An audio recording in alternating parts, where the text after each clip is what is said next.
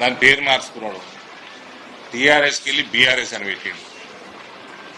ఏంటంటే నేషనల్ పార్టీని చేసిండు దాన్ని. నేను ఢిల్లీలో ఏదైనా కనబడుతుందేమో అని చూస్తాను. ఇదేంటి సైన్ ఏంది కారా? ఆ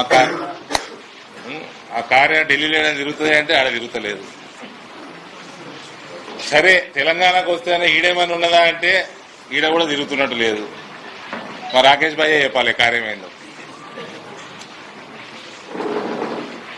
వీళ్ళు జాతీయ పార్టీ అన్నారు, రాష్ట్రీయ పార్టీ అన్నారు.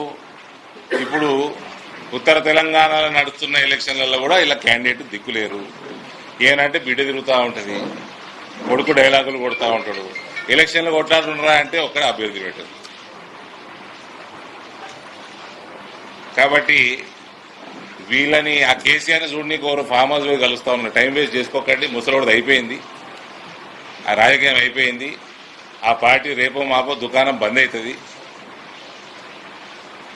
మనము మన దేశ భవిష్యత్తు కోసం, రాష్ట్ర భవిష్యత్తు కోసం, మన సంస్కృతి సాంప్రదాయాల భవిష్యత్తు కోసం మనం ఆశయం పట్ల ఢిల్లీ ప్రజలు నిలబడ్డట్టు మనము ఇందూరులో కూడా నిలబడదాము.